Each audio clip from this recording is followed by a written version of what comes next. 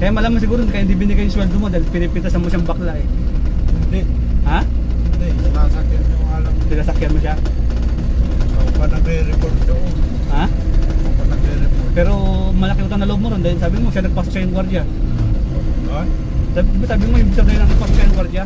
Kaya ka naging gwardiya? Hindi. Kasi nagsabi ako sa inyo, ipasok niya ako. Baka meron na. Oo nga, pinasok. Sabi mo, nakiusap sa akin, pwede kayo pasok niya bilang gwardiya. Baka naman nung naging gwardiya ka na, parang nakita na parang nagbago ka na. Paano babago? Siyempre, meron namang taong ganun na yung sa umpisa mabay, tapos pagka wala na. So, baka naman ganun ang nangyari. Sa trabahong guardia, wala kang ibang gawin. Pwede Ha? mag-monitor, Mag-monitor? tumayo, Oo. observation.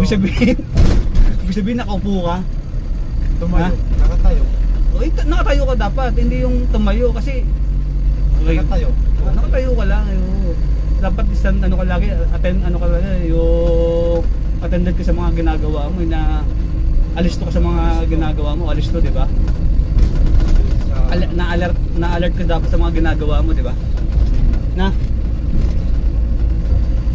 Eh malamang nakikita ka niya paupo-upo ka kasi pagka nakikita ka niya saka ka tumatayo. Kung nung makakaupo doon, walang upuan sa kinakatayuan ko. Ayun ang ano. Entrance ng empleyado, makakaupo doon. Hindi, yun ang mali sa iyo kasi hindi ka naman nagre-request ng upuan. Paano kanya bibigyan?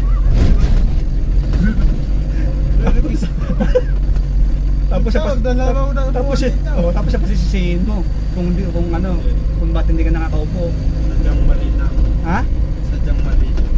O kita mo yung mali ng ibang tao, nakikita mo yung mali mo, yung hindi. Paano ka asenso niya? Ha? Eh siya malamang nagbago na siya kasi sinasabi mo sa kanya yung mali niya. Eh yung mali mo sa sarili mo, hindi mo sinasabi, kaya hindi ka nagbabago. Ha? Mali ko? Siyempre, kung sabihin na wala kang mali, ang pangalan mo ay Christian, hindi naman perfecto. Oh. Tingin mo, wala kang mali. Ha? Tingin mo wala kang mali? Wala akong maisip na mali. Wala kang isang mali. Pumunta ka ng PSA. Pabago Pabago yung pangalan mo, kayong perfecto.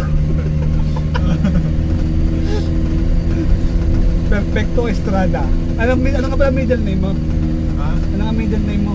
Uy, hindi ka nagbigay sa akin ng biodata ha? Biodata, nagbasa ko. Hindi ko alam yung... Wala kang binibigay sa akin kaya hindi ko alam yung buong pagkatao mo eh. Kung anong klaseng lahi ka eh. Wala kang binibigay sa akin. Oo. Wala ba? Yung mga type mo, kung anong sa dugo mo. Wala binibigay sa akin. Importante yun. Ano, bibigay ako? Siyempre kailangan talaga yun. Ako yung mabait lang, kaya maski walang biodata, tiyatanggap ko kayo. Pero kailangan meron yun.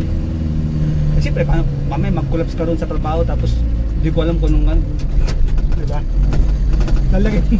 Lalagay mo, ang alam ko na sa inyo, mga ayon sa pagkain eh.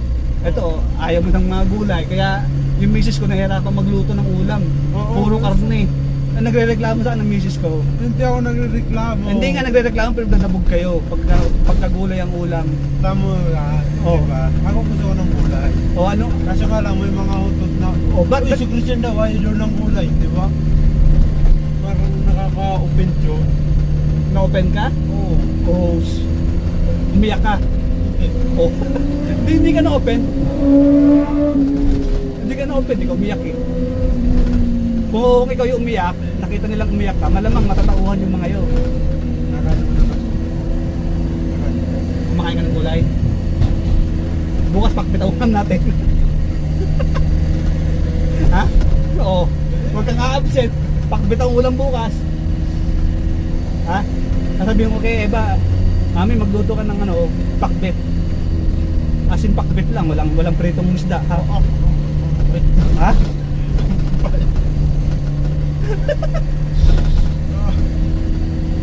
Mabait? Bait doon. Unang mayaman pa tayo. Ha? Hindi, at least doon makikita ko yung loyalty mo sa akin na kahit na sa hirap kasama ka, di ba? Eh pagka ulam natin Jempo, kasama ka. Di ba? Siyempre. Pagka ulam natin Jempo, pag mga hamon, di ba nag-ulam tayo minsan ng mga ganon, mga ano bang masarap na ulam natin?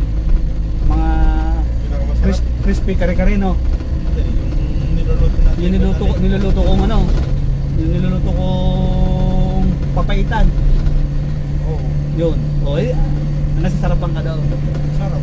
Sa bawang Ay, mapait din yun eh. O di parang kumain ka lang din ng gulay. Nakalagyan nila ng kakao. Di, pero masarap din yung pagulay. At yun eh, para sa inyo rin yung... Kaya dapat kailangan ko gumawa ng biodata.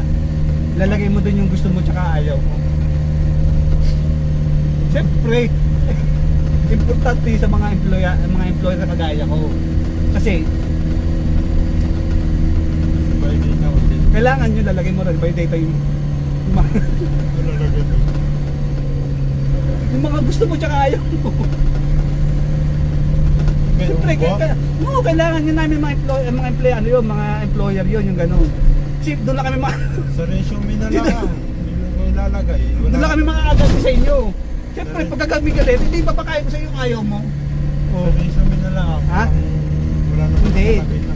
Kasi pagka nakalagay doon yung mga ayaw, yung mga favorite mo, tsaka not so favorite. Ano ba yung not so favorite mo? Halimbawa lang. Kung hindi ko paborito. Mga ano eh, mga paboritong, yung mga ayaw mong ulam. Halimbawa lang. Yung totoo. Oo. Oo. Ayaw ko na masyadong mamahalin. Ayaw mo nang? Masyadong mamahalin. Ayaw mo nang masyadong? Mamahalin na ulam. Ayaw mo na mamahalin na ulam. Paano yun?